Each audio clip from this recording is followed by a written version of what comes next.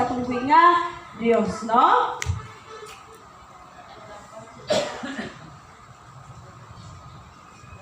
Okay, so ikaduha nag-ingon. Ano ingon kay diriya sa Mateo 19:30, no?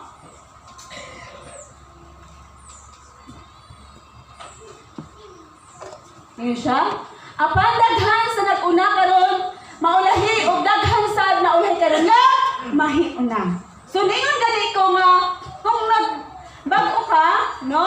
So ayaw unya-unya Kaya naman, tinungon ba rin ang ingon rin sa kasulatan sa Mateo 19:30 nga daghan ang mahiuna nga naulahi tungod kay wala sab sila unsaman wala sab sila makapadayon, no?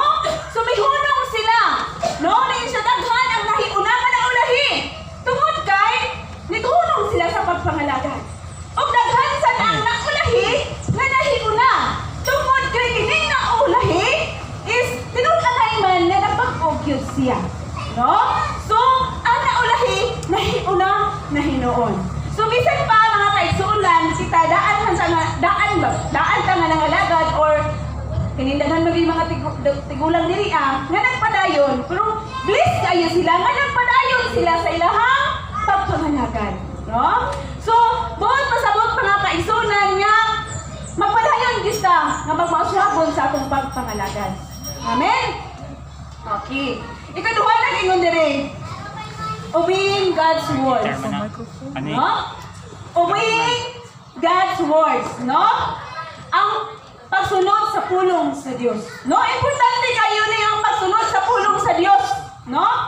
Ang Dios mo ay nag-alsa o nagpauswag kanato. O di ba tinuod? Nga ang Dios gayon mo ay nagpauswag sa ato ang kinabuhi, no? Siya ang naghatag og kusog og paglaom, no? Bisan ang atong kaalam, no? Siya ang naghatag ni ana, no? Mao nga kinahanglan gayud nga musunod kita sa Dios, no? May pa diya sa Mateo 4:4, ningon ang pulong sa Dios, for you to fulfill you need to no na dili naman na, no? Ningon sa Mateo 4:4. Sa kanina? May saksakan. Mitubag si Jesus ang kasulatan nag-ingon, ang tao mabuhi dili sa pan lamang kundi sa matag puno usab na isulti sa Dios.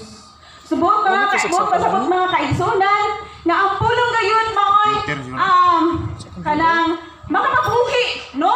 Sa atong espiritu, no? Nga mo'y makahatag gayon og kalamdagan bisan pa sa atong panghuna-huna, no? Bisan pa sa atong kung unsa man ang imong kaalam, no? Kung unsa man bitay ka kamaalamon nga tawo, no? Pero ang naghatag gyud ana og kahayag ko dili ang buhi nga Dios ra gyud mga kaigsunan, no? Niyon pa gani diri ang niyon diri sa Hosea 1:8. Ayaw gayud kalimti ang basahon sa balaod, kinahanglan kun ano kini adlaw og gabi. Og pag kinabuhi sumala sa tanang sulat niini og magmauswagon ka. Subot pasabot nga magmauswagon gayud kita kun